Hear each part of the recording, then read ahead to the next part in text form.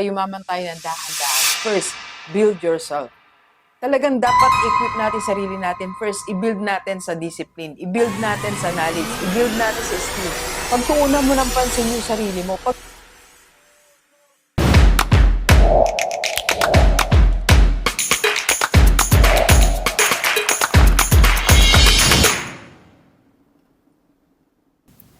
Okay, Gilibers, sagutin natin ang tanong this 2026.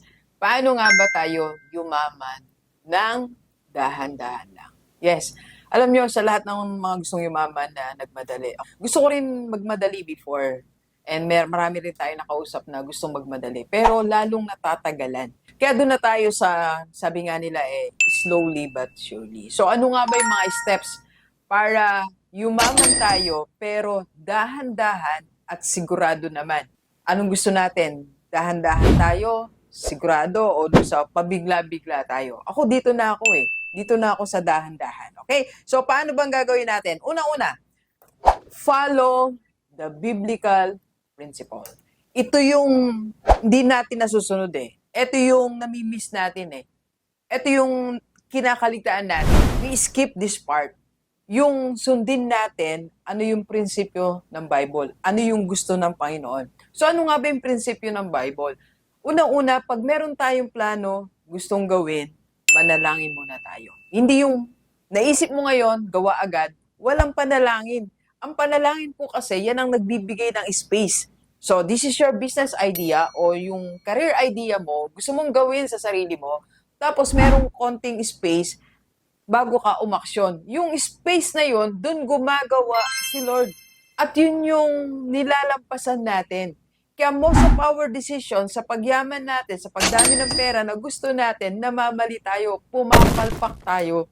Alam nyo, maraming palpak na din ako nagawa. Dahil sa kagustuhan kong gawin, kung ano yung idea ko, sa pagmamadali ko din po, sabi ko nga si Rockstar, when I was in my younger years, madali tayo ng madali. Mali po pala yun.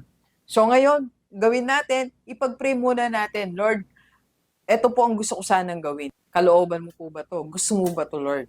Ayahan mong si Lord mangusap sa'yo. Bigyan mo ng time si Lord para bigyan ka ng desisyon. Hindi minsan, todo prayer tayo, nakabili na tayo ng equipments. Minsan, todo prayer tayo, nakapag-meeting ka na.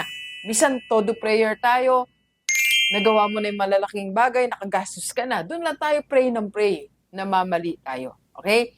So, unahin muna natin. Seek ye first the kingdom of God. At wag nating pagpapalit ang para sa Diyos. Ang para kay Lord, Sunday, ang para kay Lord, yung tithes, para kay Lord, yung panahon na para sa Kanya. Alright? Number 2 po, para yumaman tayong dahan-dahan is, be guided by the first law of wealth. Ano ba yung first law of wealth? Ito yung spend less than you earn. Lagi lang natin gawin yan. Gawin lang natin pa ulit-ulit lang. You earn more, spend less. Huwag natin binabaliktad yung equation. You earn a little, spend more. Imagine mo, kinita mo sa isang buwan is 20,000 lang. Ang ginastos mo, 22,000.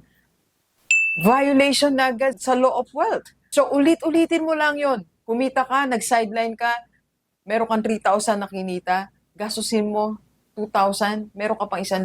Kumikita ka buwan-buwan, linggo-linggo, araw-araw, may benta ka, ang gastusin mo lang less. Lagi mo lang isipin, less. Lesser, mas konti sa kinita ko. Simple lang, di ba? Mas konti sa kinita ko ang dapat kong gastusin. Ulit-ulitin lang natin principle na yan. Alright? Next, number 3 is, you have to build 3 things para yumaman tayo ng dahan-dahan. First, build yourself. Talagang dapat equip natin sarili natin. First, i-build natin sa discipline. I-build natin sa knowledge. I-build natin sa skills. Pagtuunan mo ng pansin yung sarili mo, paano mo ng pansin, paano mo improve ang sarili mo? And second po, you have to build people talaga. Alam niyo yung pagyaman dahan-dahan. Kasi nga, minsan gusto natin mag-hire ng sobrang galing, ayaw natin magturo. Iniiwan naman tayo ng mga magagaling. Napansin mo ba, lahat ng hinar mo magagaling, wala na, umalis na. Pero kung nagturo ka, dahan-dahan, tinuruan mo, dahan-dahan, pare-pareho kayo nag-grow, nandiyan sila, nag-i-stay sila. And you are building your source of income, you're also building people. And you're building your skill.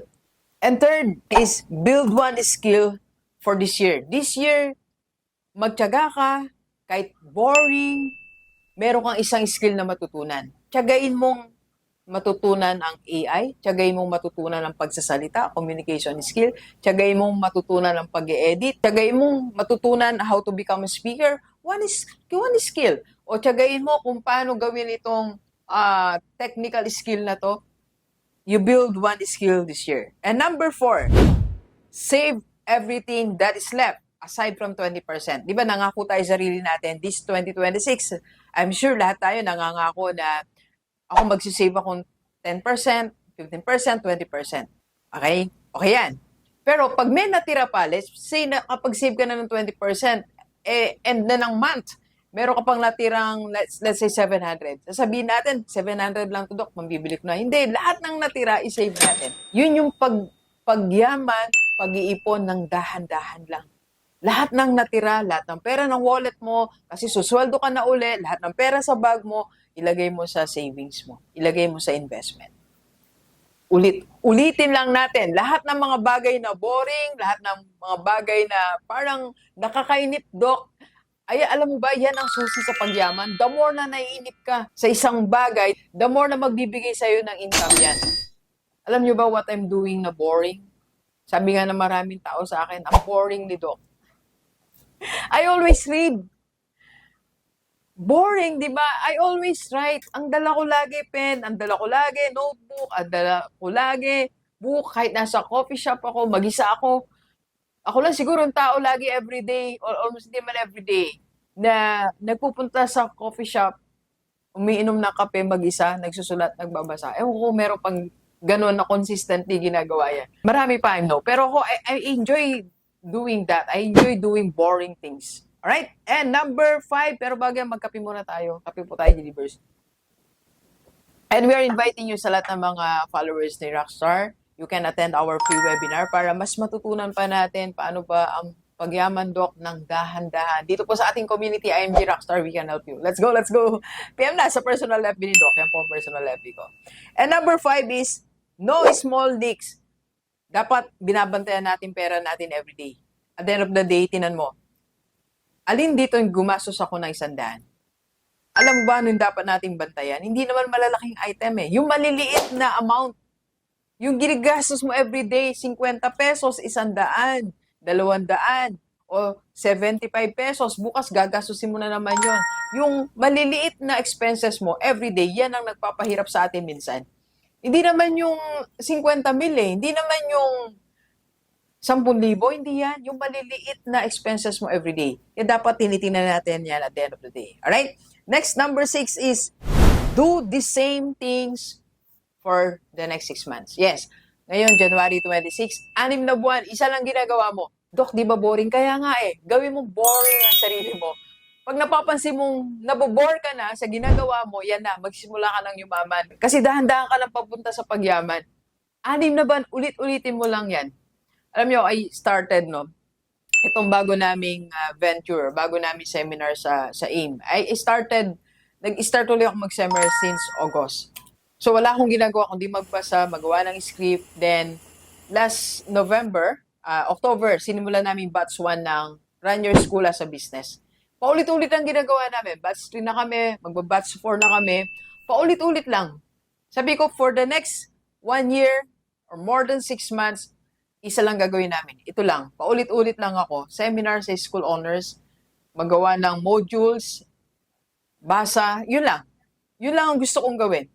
So when you find that something na gusto mo, na-enjoy mo, and you are helping people and you are earning money, kahit gaano ka-boring yan, gawin mo pa rin.